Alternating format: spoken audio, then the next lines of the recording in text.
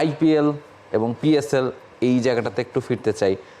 IPL মোটামুটি একটা ডেটই দিয়ে দিয়েছে যে তারা যত দ্রুত সম্ভব, তারা বলেছিল যে 1 সপ্তাহের বিরতি, সেটা যদি হয় তাহলে 15-16 তারিখ থেকে আবার খেলা শুরুর কথা।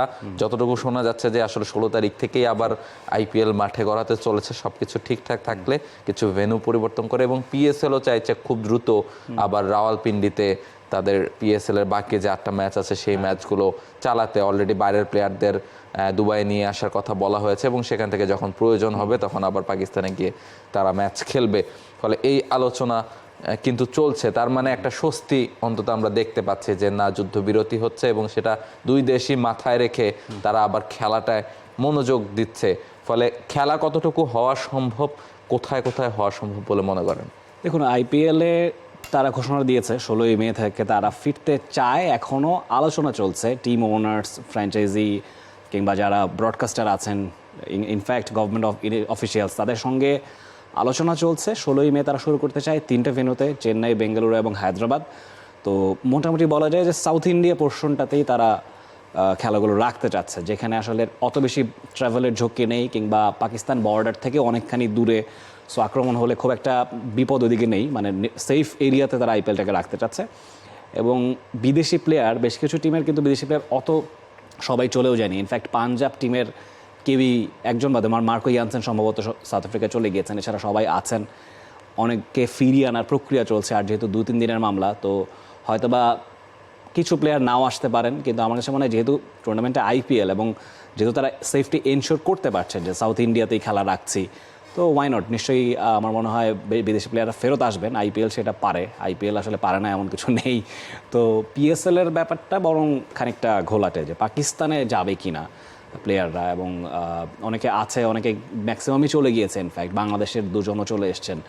তো পাকিস্তানের ভেন্যু নিয়েও এখনও ক্লিয়ার কোনো ইন্ডিকেশন আসেনি, যদিও তাদের একজন সিনিয়র আব্দুল বাসিত তিনি বলেছেন যে বাংলাদেশে খেলা হলে কেমন হয়, পিএসএলের খেলা কেন আরব আমিরাতে যেতে হবে।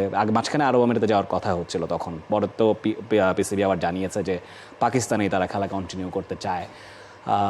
জানি না বাংলাদেশে পিএসএল হলে খারাপ হয় না, কেমন হয় আপনি বলুন রাহুল রায়? অন্তত মানে দর্শকদের মধ্যে সেই উৎসাহটা মনে হয় থাকবে। কারণ যদি আপনি ধরেন মিরপুর, চিটাগাং বা সিলেটে বাংলাদেশ পিএসএল এর খেলা দেন, এবং যেহেতু এবার পিএসএল এ 2জন বাংলাদেশিও খেলছে এবং পিএসএল এ বেশ বড় বড় স্টার রয়েছেন, পাকিস্তানের ক্রিকেটাররাও আসলে অত স্টার পাই না এট টাইম, আসলে অন্যান্য ফ্র্যাঞ্চাইজি থাকায় আমরা দেখা যায় যে বিপিএল এ কম স্টার পাই। ফলে পিএসএল এ সেই স্টার টিমগুলো রয়েছে, ক্রিকেটাররা রয়েছে, এবং পাকিস্তানের ক্রিকেটাররা মোটামুটি পরিচিত বাংলাদেশের মানুষদের কাছে।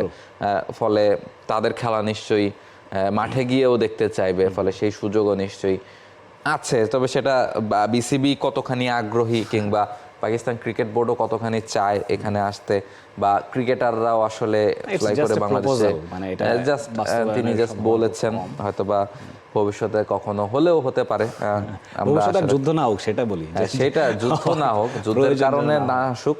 তবে অন্যান্য অনেক ফ্র্যাঞ্চাইজি লিগ বা অনেক খেলাই তো আসলে বাংলাদেশে হতে পারে, কারণ বাংলাদেশের সেই ফ্যাসিলিটি তো আছে, এবং আয়োজনে কতখানি ভালো আমরা সেটা তো আসলে নতুন করে বলার কিছু নাই।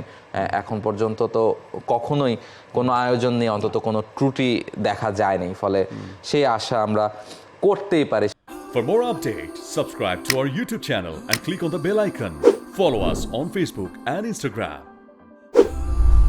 Download T-Sports app to enjoy exciting games and highlights. Visit tsports.com.